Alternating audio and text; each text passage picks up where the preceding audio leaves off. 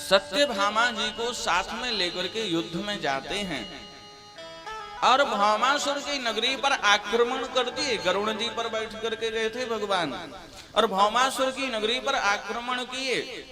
भौमासुर से केवल भगवान किलोर करते हैं, खेलते हैं, उसको मारते नहीं हैं। जब बहुत देर हो गई तब सत्यभामा ने कहा, प्रभु आप इसके साथ खेल क्यों रहे हो, इसको मार ही क्यों नहीं देते।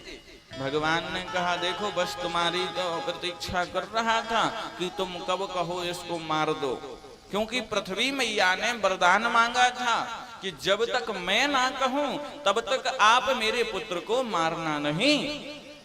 और ये जो सत्यभामा जी हैं ये पृथ्वी मैया का ही अवतार थी। और जब इन्होंने कहा कि प्रभु आप इसके साथ खेल क्यों रहे, इसको मार दो ना, तब जाकर के भगवान ने अपने सुदर्शन चक्र से और भौमासुर का धड़ सर से अलग कर दिया। बोलो भौमासुर उद्धारक भगवान की जय। और जब भौमासुर का प्रभु ने उद्धार किया तो 16,100 कन्याएं जो कारागृह में कैद थीं, भगवान ने जाकर के उन 16,100 कन्याओं को भौमासुर की कारागृह से उनको मुक्त किया। लेकिन यहाँ पे सबसे बड़ा धर्म संकट ये आ गया कि वो जो 16,100 कन्याएं थीं। अच्छा आप लोग एक बात बताना, जो कन्या किसी दूसरे के घर में रह करके आई हो, क्या कोई राजकुमार उसके साथ विवाह करेगा?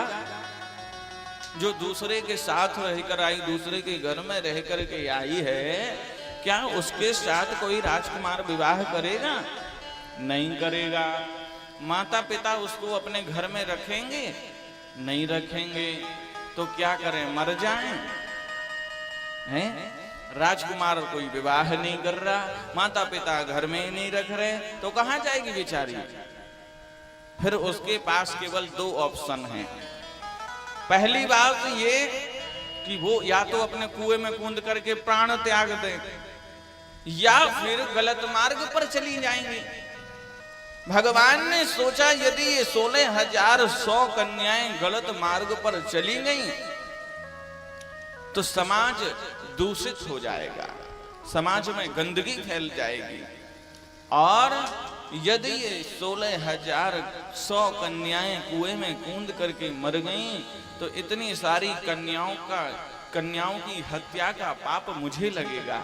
इसलिए भगवान ने कहा, देखो देवियों, यदि तुम सब अपने मन में अन्यथा भाव ना लाओ तो मैं तुम सबको अपनी पत्नी के रूप में स्वीकार करता